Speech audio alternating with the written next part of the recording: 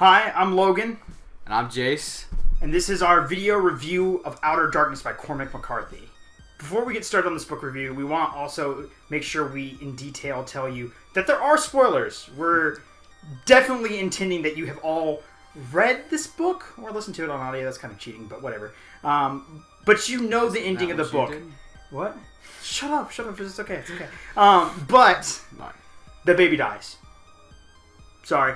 You should have tuned out sooner. It's your own fault. Alright, so a couple things you should know about the author. His name's Cormac McCarthy, and he was born in 1933. This book actually wasn't published until 1968. Outer Darkness is Cormac McCarthy's second novel. He grew up in Kentucky with a very much religious background and Catholic. He went to Catholic school. So most of what we're going to be focusing on in this video is the religious preferences in his novel. Once again, we're assuming that you've read this book before, so we're just going to do a really brief overview of the plot. Cola and Rinthi have an incestual relationship. The baby is then abandoned by Cola, left in the woods, where it is then found by a tinker. And we sort of follow these two characters on their intertwining paths. We meet some other interesting people along the way, and it goes from there. As they are going through their past, we also see these three kind of dynamic characters appear, like the three murderers trio. We're going to get into this more and kind of like the religious ideologies behind them. But right now, we're just kind of focus on Cola and his sister and kind of what they identify as. The first point we want to talk about in the book of Outer Darkness is the idea of innocence versus guilt between his sister being innocent and Cola being the guilty.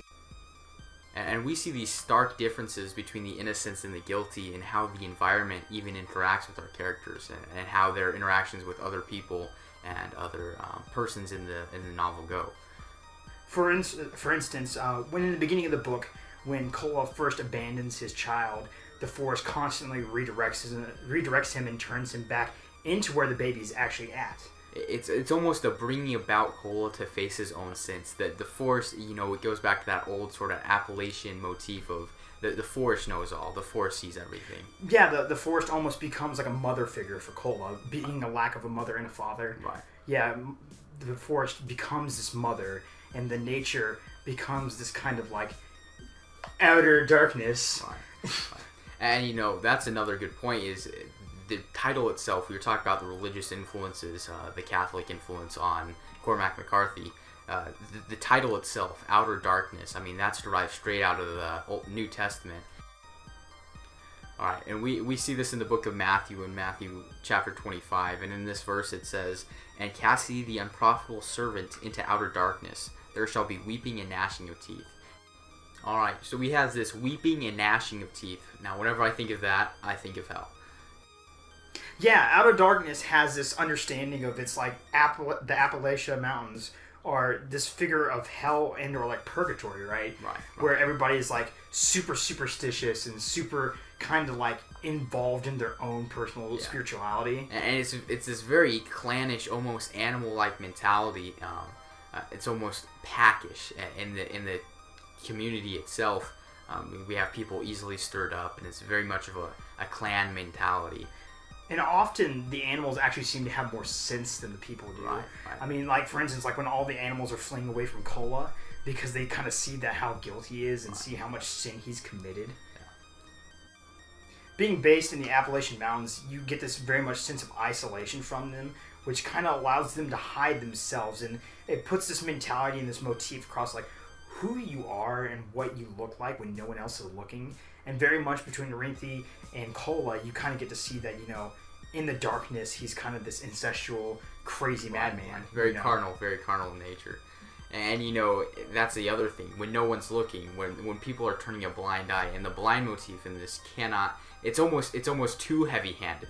Yeah, he gives us, I probably shouldn't say that.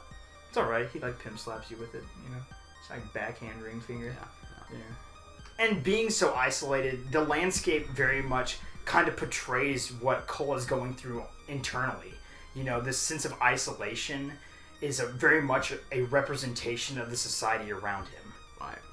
And that society around him, in this novel we have very hyperbolic characters. These characters are just, you wonder where he came up with them, but he's able to get away with it because of the isolation. These are characters that they're very believable because of the environment. Even when I was reading the book, I kind of picked up on this idea of Cola. His name is Coling, Cola. It's this idea of like, even he's like separated like an animal into this idea of, he's set to be slaughtered. He's set to kind of be sacrificed. But at the same time, it sort of seems like it's a voluntary thing. He does it himself. It's not people forcing him into this. It's him wearing his guilt, almost like it's a sign. I mean, he walks around with shifty eyes, and he's very reserved, and it sort of paints a target on him for someone to be cold.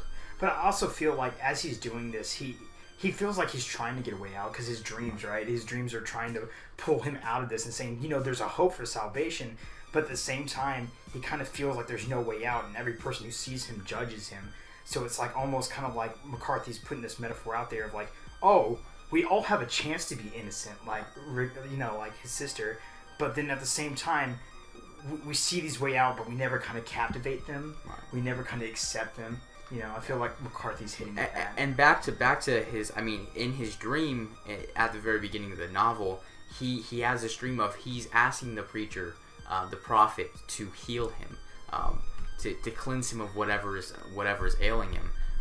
But in the novel, there's only one time when Cola flat out asks someone for help, and that's at the fire when he asks for food and a place to stay.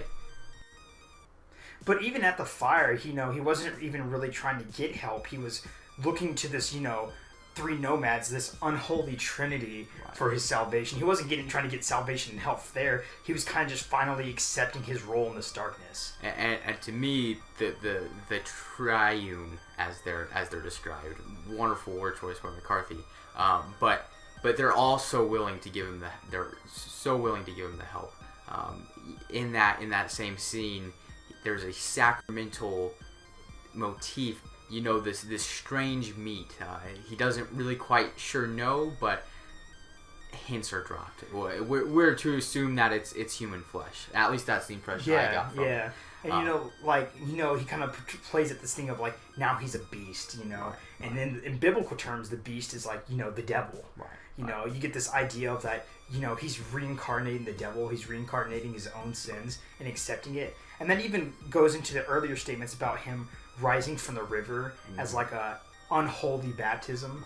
Right. And then if you think about it more, after he's eaten this flesh, it's sort of a, if we view the three nomads as this unholy trinity, then as he partakes of this unholy flesh, it's almost him partaking of the flesh of Christ, of this unholy trinity. Mm-hmm. Very much of a communion feel to it. Yeah, where the body is the bread, right? In Christianity, and the blood is the wine. He's accepting this. The body is the body. Yeah, the body's the body. The body's the body, man. It's just like, I'm gonna give you literal human flesh. And then in the same scene, and near the end of it, we have this trading of the boots, and this is really, and we'll delve more into this concept later, but the trading of the boots, almost this taking on, walking in someone else's shoes, walking in the shoes of the Savior, taking up the cross. It all has this very Christianity feel to it. Yeah. He's taking, the boots of like unholiness, and it's like in the Bible, shoes of peace. There's the comparison there. But we're going to dive into that more when we talk about the three nomads. In a review on The Satirist by Dan Geddes, he makes the comment that he creates a world devoid of God. And I quite frankly, I don't agree with that. I feel like Cormac McCarthy introduces this unholy trinity as a new God. It's a new religion almost, but it runs parallel to Christianity, and you also have a bit of a Greek mythology background through it. But it runs this idea of this holy trinity, but it runs parallel to the Holy Trinity, making itself an unholy trinity. The bearded man being like Yahweh, Yahweh meaning the breath of life, and in the same way that Yahweh is the breath of life that fills people, they're the people that take the breath of life away from people. I feel like Cormac McCarthy replaces the traditional God with this unholy trinity. You have the bearded man who symbolizes the Father, and you have the man carrying the gun, um, very reminiscent to Jesus Christ. And then you also have the Simeon, the sole member of this Trinity who is named Simeon, and he's the Holy Ghost personage. Alright, so this unholy trinity is first introduced in the novel through this italicized script, and it plays an important role in the book. At the beginning we have this italicized script, and that's all we ever really see into the lives of these three murderous vagabonds. But then as the book progresses, the italicized scripts become less and less frequent, and we see more of them in the actual novel. And it really shows this merging of darkness. And at first, darkness is sort of this abstract theme, but it really becomes Cola's religion. It really becomes a prevalent part of his life. Mm-hmm. And as you were saying, like when we were talking about the outside influences in landscape earlier, and kind of how that's depictive of Cola, this whole idea also that the three nomads kind of become part of Cola in a way, and they start showing up less because Cola has developed this more. He becomes to personify and embody all of them. I mean, I really think when you really start seeing this is after he takes that communion of sorts with them. Yeah, and then we already talked a little bit about the baptisms, right. Like the three baptisms, the effective of that. So like one for each nomad, but also like 3 is a huge biblical number too. Yeah. Like when Peter denies Christ 3 times, the Father, the Son, and the Holy Spirit. Right. So as Cola kind of develops into this unholy trinity, we kind of also discover that he's a self-fulfilling prophecy, right? That, everything he kind of feared at the beginning of, not being able to have salvation, he's an outcast. He kind of purposely develops into this role. Right. And, that goes back to what we were saying before about how, really he brings everything upon himself. If he was more open like Renthi, we're left to assume that his encounters with the other people in the novel would be significantly different. But he's very much hard on himself in the fact that him knowing he's guilty, it sort of resounds on everyone around him. But is that really a good case for Renthi, though? Because, very clearly in the book several times, she kind of gets taken advantage of. Because her innocence almost seems like her biggest weakness. But then getting very philosophical, is that bad for Renthi? I mean, ignorance is bliss. But we really look is this book trying to demonstrate that what we want is ignorance? Because at the same time, I don't think even when she saw her dead baby, she recognized that's her dead baby. Right. She was sitting there, she's like, oh my gosh, the Tinker's dead, I'm never going to find my dead baby. But she doesn't recognize that the baby's, dead in the fire. I'm just sitting here she's innocent almost to the point of you're you want to go, honey, please. Yeah, you're just it's almost painful ignorance. It's past the point of ignorance to kind of But then, stop. Then at the same time, I feel so it's just almost this. We'll use the word perfect. It's this perfect ignorance. It plays a great parallel to the perfect evil. I mean, you have these 3 men who are carelessly, thoughtlessly slaughtering people and doing these. I don't think it's thoughtlessly. I think they're very methodical in the way. That plays even better into the analogy, because so you have Renthi, who is just sort of going with the wind. I mean, with the sole purpose of finding her baby, but just sort of going with the flow and going with emotions. But then you have these others who are doing almost the complete opposite. They're searching for the baby, but for the sole purpose of taking his life. But also, I kind of get this idea that she's ignorant and innocent to the point of where it almost makes it guilty on her part also. And I'm gonna get a lot of backlash for that one. But I'm just saying at some point you gotta be able it's almost like she's purposely not seeing this. Right. When the guy makes the move on her, he's clearly trying to do something to her. The guy in the farmhouse. He's gonna do something. You know what I mean? It's one of those things where it's she's innocent to the point of it's no one could be this innocent. It's almost like she's choosing to be that. It's at the same part. I feel she's almost as guilty as Cola in the same way, but she uses innocence to kind of play it off and see how the world treats her differently. You know what I'm saying? I mean, yeah, in the beginning of the novel... So it's almost... So if she's doing this, then that almost shows like a complete lack of consciousness. Devoid of religion. She doesn't feel any moral restrictions. She's just covering up with everything. She's becoming her own savior through her innocence. Yeah, in that degree, yeah. She's kind of like, you know... I think this idea of, like, you know, she's been mentally manipulated to the point of, you know, like... Oh, yeah, these things are awful. These things are crazy. I'm going to choose to ignore them and suppress them, you know? And to a degree, that makes her just as guilty. You know, I'm choosing not to deal with the problem. I'm choosing not to, like, you know, deal with the fact that my brother's kind of abusing me or using me to this way. And I feel like in a lot of ways, not saying that she is as guilty as Cola, but saying that, you know, some guilt does fall on her to not kind of try to see that this is wrong, or the way people are even acting in the town, you know, is wrong. Now, I sort of feel so. I mean, this new idea that okay, both of them are guilty. That sort of goes back to this idea that okay, Rinthi and Kola are sort of an even Adam from the Bible. You've got two people who have this one. It's almost an all-encompassing role in the entire community. Incest is wrong. So when these two people do it, they are cast out of that. It can in no way be described as a heaven, but they understand it. They understand.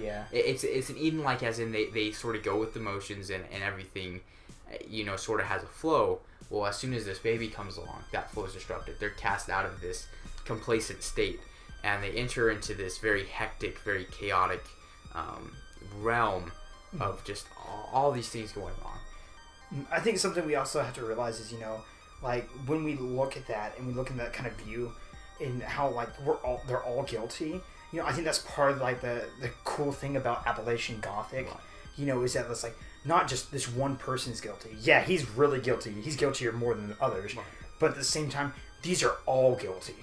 All their sins are kind of hidden. All their sins are out or dark. But it's more of the inner dark inside of all of them, which makes them all sinful. And I mean, that really ties into... I mean, like you said, with this Southern Appalachian Gothic, you get this strong feeling that everybody's... I mean, if you read the book, you might pick up on that other people are judging Kola for all the things that he did. They don't know what he's done.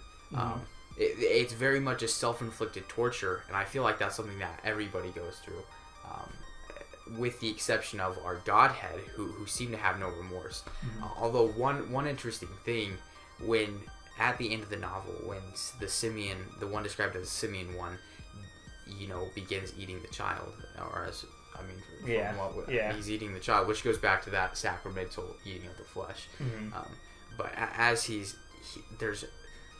when I read it, I interpreted it as a bit of remorse when he looks back in Kola with those blank eyes.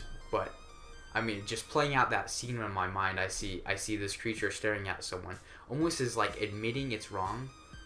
But doing it regardless. But doing it regardless. Or, like, you know, even when Kola, like, refuses to name the baby, even at the beginning, and then he refuses to name baby even at the end.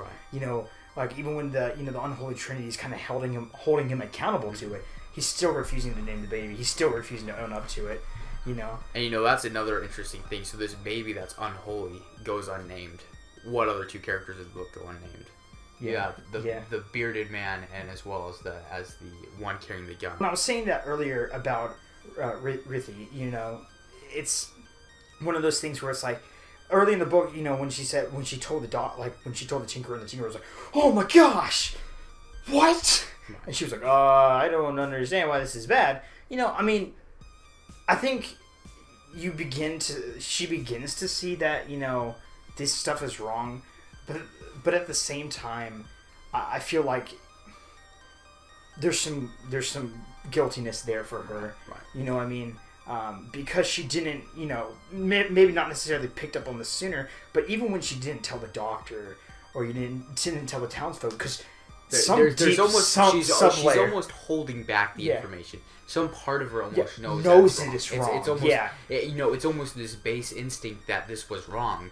So part of her is holding it back, even though from all intents and purposes of what the book tells us, Yeah. She has no clue what's happening. Yeah, but she still kind of knows it's wrong, right? Right. And then we get this inclination from the beginning when she's like, "Hey, I want a not a housemaid. I want a a birthing You're assistant, looking for a midwife, yeah. midwife, birthing assistant, same thing. Yeah, same thing. I want them. I don't think she really wanted it because she needed the assistance. I think she wanted it because she wanted to tell someone. Right. It was almost this like, well, let's make this as normal as it could possibly be. When people have a baby, they get a midwife. Yeah, or it's like, I think she wanted someone else there present. Right. She wanted someone else to be like, almost I'm not accountable for this like myself. 3 witnesses. Yeah, 3. Oh, 3 numbers. No. Looking for 1, 2, 3. But then another thing that I mean, back to when the Tinker has his outburst at Renthi, it's very much this, sort of accepting your own personal faults and then seeing faults in others and just blowing those.